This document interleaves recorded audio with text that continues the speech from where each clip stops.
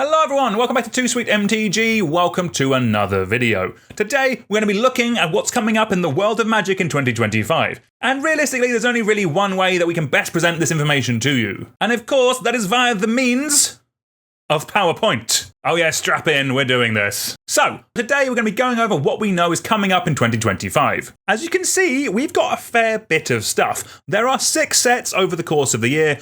5 we know about, 1 is still unknown. 3 of these sets are Universes Beyond, and all of them, including those ones, are going to be standard legal. On top of the 3-year rotation means there's going to be a lot of sets legal in standard. Is this good, is this bad? Who knows, only time will tell. The first set of the year is Ather Drift. This is kind of Magic going racing. What we know is that it's a race-themed set, and it's set across 3 planes, Amonkhet, Avishkar, and Muruganda. In terms of the story, it looks to be following Chandra as she competes and tries to win the big race. Because the winner wins this big trophy above my head, which contains a Planeswalker Spark. Woo! Talking of Planeswalker Spark. So from a storyline point of view, we can probably guess it's going to be Chandra trying to win back her Planeswalker Spark, or maybe trying to stop someone else from getting their Spark back. Another thing that's happened in this set is that we renamed Kaladesh into Avishkar. Basically, Kaladesh is a little bit problematic, so they renamed it. This definitely seems like something they probably should have caught in the first place, but it's good they are changing it now. From a storyline point of view, they have just had a revolt there. Ather Revolt, if you will. Are you with me? So therefore, from a storyline point of view, it does kind of make sense as well that they could go about changing the name of the plane. But wait, there's more news coming out of Ather Revolt. Oh yes, that's right. 30-pack booster boxes. Do you want less magic for your money? Then by God, we have the set for you. We haven't seen too much in terms of spoilers, but we know that it's going to be an Artifact Matters set, and also we're going to have the return of vehicles. Yes, I know we kind of get vehicles in every set now, but this whole thing is about racing, therefore I'm pretty positive we're going to get a wide variety of cars, but I think this set is going to care about them more mechanically, kind of like the original Kaladesh. There's going to be cards that reward you for crewing and attacking with your vehicles. That's what we know. In terms of rampant speculation, what I think is that unfortunately this set is probably going to feel more like Outlaws of Thunder Junction, in that I am worried it's just going to feel like Planeswalkers dressing up as Formula 1 characters. The idea of a race sounds cool, kind of like a murder mystery in Murders of Carla Manor we got last year, but I'm not really sure how they're actually going to get that mechanically across to the players. I'm also pretty positive we're going to see a return of energy. They have spoiled the names of the commander decks, and it does look like we are getting a Teamer commander deck led by Saheeli that cares about energy. Also, oddly, an Orzhov zombie deck, which I'm not really sure how that fits into a racing theme, but I guess we'll find out. But if they are printing cards that make energy, I'm pretty positive in this set they will also print cards that remove energy. As someone who remembers Kaladesh Standard with energy being absolutely everywhere, when they made that set, they didn't want to put any cards that removed energy because they didn't want people to muck around with the new archetype. They thought no one would play energy if it was easily removed. That, however, meant that energy went pretty much unrestricted. So I'm pretty positive they're going to bring it back, but I'm pretty positive we're going to see some like sideboard hate for energy. So if we see like a green instant that says destroy target artifact, destroy target enchantment, or target player loses an energy or something like that. In terms of the power level of these energy cards, that's going to be pretty tricky for them to manage because they have just banned a whole load of cards from Modern. So we'll see how they do with this one. Ather Drift is coming to you all on February the 14th. I had too much fun making this PowerPoint. But after we've gone racing, we're coming home. We are going back to Tarkir with Tarkir Dragonstorm. This set I'm really hyped for. So what we know about it is that it's a combination of both timelines. We get Khans and we get dragons. We get both of the good things. If you don't remember how the Tarkir storyline went, basically the first set, you had the 3-color Khans fighting each other. Then Sarkhan went back in time and basically killed them all off so that the dragons could reign over the plane. So the last set, Dragons of Tarkir, there was no Khans, there was just the dragons. But effectively, by giving us both the 3-color set and the dragons, we're kind of getting our cake and eating it. That's what the players want. That is awesome. From the art that we've seen, we're also going to be getting a return of Sarkhan and Ugin. And also, Dragonstorm is a very sick card. I'm very doubtful we're going to get it in standard, but getting it in the product in some way would be awesome. Maybe it and a bunch of old dragons are on the bonus sheet. I would personally love that. Oh, imagine Dragonstorming off in limited. That would be sick. On the other hand, however, I'm pretty positive in Tarkir Dragonstorm we are not going to be getting any fetches. They do not want these to be in standard for 3 years. The standard around the original Tarkir was so wildly expensive because you had fetch lands in them. And the mana bases were all 3 colors for such a long time because of that. Especially as they're banned in Pioneer, and they're also a reason for people to buy like Modern Horizon sets and reprint sets, that kind of thing. They will save them for there. Unfortunately, we're not going to see fetch lands in Tarkir Dragonstorm. I also don't think we're going to see Delve, because Delve is kind of a really messed up mechanic. It's an 8 out of 10 on Marrow's Storm scale. That's the scale on which a mechanic is likely to be reprinted. 1 means it's likely to be printed, almost guaranteed to be reprinted. 10 is they are never going to print it. So an 8 we are unlikely to see. Delve, unfortunately, is just going to be limited to Modern Horizons power level sets. But the big question is, Siege Rhino reprint anyone? Ooh, for a card listed as a reason that Birthing Pod got banned in Modern, doesn't seem as good as it used to. They could just reprint this. I mean, can this be an uncommon now in the world of fire design? My guess is we'll get a reference to this somewhere in the set, or they could just burn the world down and make it draw a card or something like that. Either way, I'm here for 2 Siege Rhinos again, let's go. Another thing I am hoping for is they do Outlast again, but make it good. I really like Outlast, it's a really cool mechanic. Basically, you have to pay some mana and tap the creature to put a counter on it, and then generally they have an ability for each creature with counters on them. This mechanic was really cool, but by God it was slow, because yes, they can't have summoning sickness for you to do this. I have such fondness for this set and such nostalgia with this mechanic, but come on, it's 2025, give us a better version of this mechanic. If we have to wait a turn and tap our creature, by God, I want something better than a counter. My other prediction is that this is going to be the set of the year, and I don't even think it's going to be close. The original block had so many bangers of cards, it had so many things that I just absolutely love. Sidisi was my first proper commander, and it's still one of my favourite decks, and all the big dumb dragons are also cool and sweet. I also think they've learned from the other sets we've gone back to Plains. I don't think we're going to be faffing around and really pushing the boat out. I think this set is just designed to give the players what they want, which is a 3-colour set with some big dumb dragons and maybe morphs again. That is sick. But yeah, of all of them, this is the one I'm looking forward to the absolute most. Tarkir Dragonstorm is released on April the 11th. Mark your calendars. After that, gonna be a bit trickier for me. Next up, we have Final Fantasy. For some people, this would be awesome.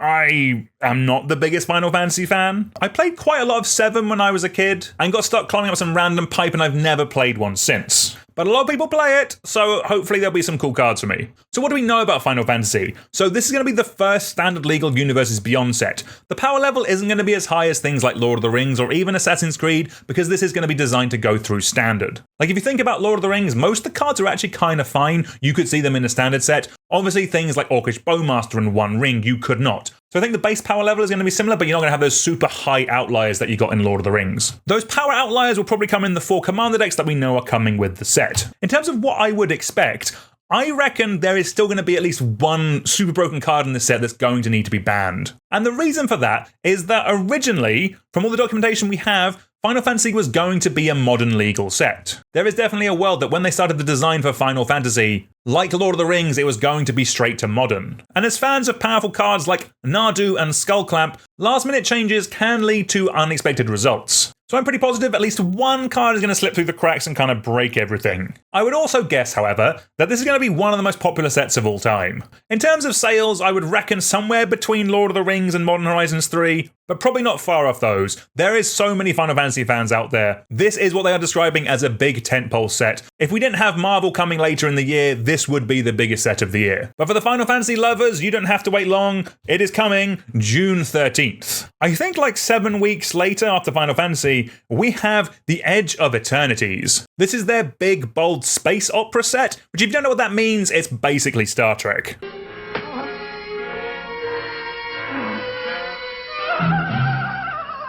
Which I am kind of here for. In terms of other things we know about the set, we know it's set in the Blind Eternities and that it will feature aliens. Definitely some cool possibilities for some bonus sheet action in this set. In terms of what I would expect, I'm personally expecting like a big spaceship style of mechanic. You can't really be exploring space without some kind of cool ship, and I would expect it to be something along the lines of Crew, but not as like blatant as like Mega Crew or something like that, or like Crew Kicker. I want like a 20 mana, like 2020 spaceship or something like that, something cool. I also also think with this set that there is going to be a lot of top-down design. Like, I'm pretty sure we're going to get, like, phasers or lasers, that kind of stuff. I'm pretty positive we're going to get, like, a banishing light that someone lost in a transporter, or someone getting trapped in a holodeck, like a protection spell that's called Raise Shields, or a board wipe that's like Eject the Core, something like that. Also in the set, I'm pretty positive we're going to get Eldrazi, lots of Eldrazi. If you're unaware, Eldrazi are from the Blind Eternities. That's kind of where this whole set is based. So part of me is kind of guessing that this set is kind of like we've seen before,